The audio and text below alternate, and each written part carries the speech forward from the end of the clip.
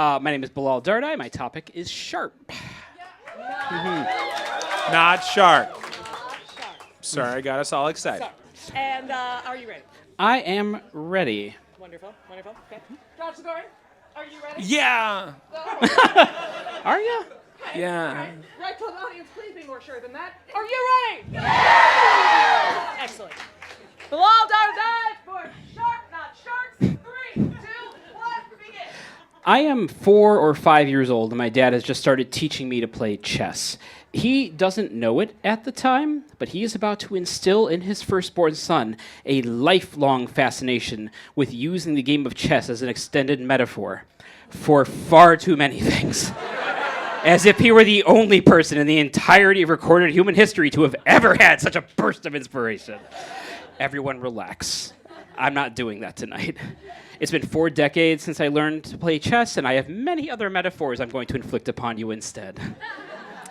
I am mentioning this moment when my dad first taught me to play chess because 4 or 5 years ago, I sat down with him and asked if he'd like to play a game. And he tells me he would, but that I'll have to explain how to play it. We manage maybe half a dozen moves before his frustration becomes apparent, and we never play a game of chess again. Today, my mom or my brother will send me videos of him from San Antonio in the wheelchair under hospice care. There are intermittent sparks of recognition in his eyes and nearly imperceptible traces of a smile on his lips as he plays catch with a small rubber ball. He uses his left arm because his right arm is no longer mobile.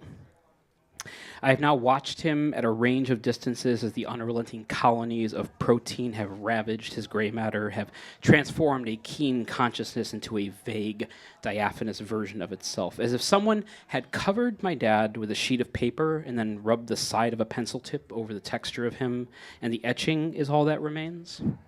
I watch him and I wait for the inevitable end of his journey, and I worry every time I myself struggle to recall random bits of information that I feel like I should easily remember, whether or not we've run out of coffee creamer, the first name of the parent of the attacking midfielder who just joined my son's soccer team this spring, several key plot developments from a previous season of television shortly before the latest one drops.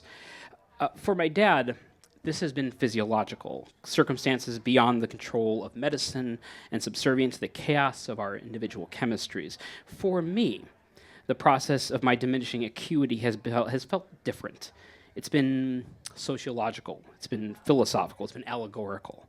I've had to stare into the shattered funhouse mirrors of my own subconscious and recognize that the blunted corners of my mind are the result of mere existence within the gurgling kettle of the last decade, of persistently refreshing the headlines, of attempting to locate logic within bowl after bowl of wilted word salads, of the mad roller coaster of my own blood pressure and heartbeat spikes, of the dreadful sense that there's no use in starting to do anything, even something as simple as cracking open a book, because the moment in which you might find joy is the moment in which that joy will be interrupted.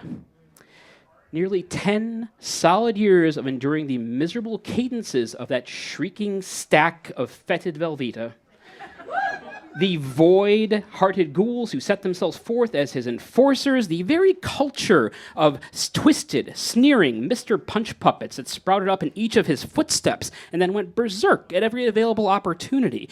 This has done to me, in its way, the same thing that the Louis bodies have done to my dad. And if you perceive that I am drawing one-to-one comparisons between the temperament and character of our current American regime and that of a cruel, incurable disease of the mind, then you perceive correctly. If you also perceive that such a comparison is me being undeservedly kind, then you also perceive correctly. There is a common shorthand of our time. The world is on fire. Everyone says it. You probably say it at least twice a day. And sometimes I feel this is apt.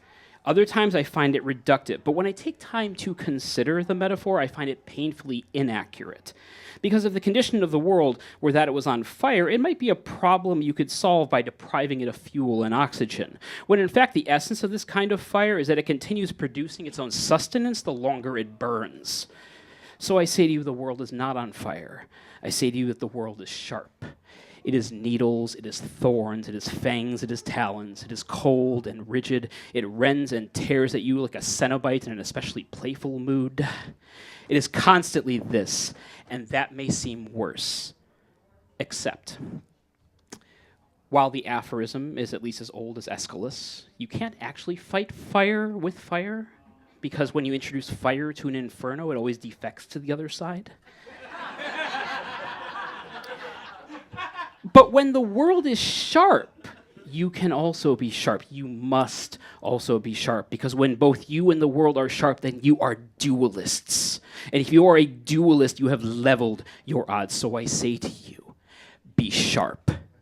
When these dollar store dictators come to bludgeon you with their daily dose of ugliness, you wrench the stone from their hands. You begin running your dull edges across it to be sharp. When they reach their hands into your communities to pluck your neighbors from their homes, place yourself in between their fingers and stiffen your spines. Be sharp.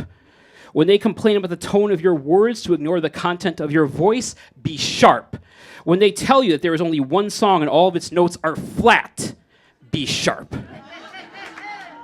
And know that when I stand here and tell you to be sharp, I'm not only referring to the edge of your blade, I'm referring to your knowing when to draw it from its scabbard, and knowing the proper technique of your slash and your thrust, and knowing at whom the point should be directed, and knowing where to strike the blow.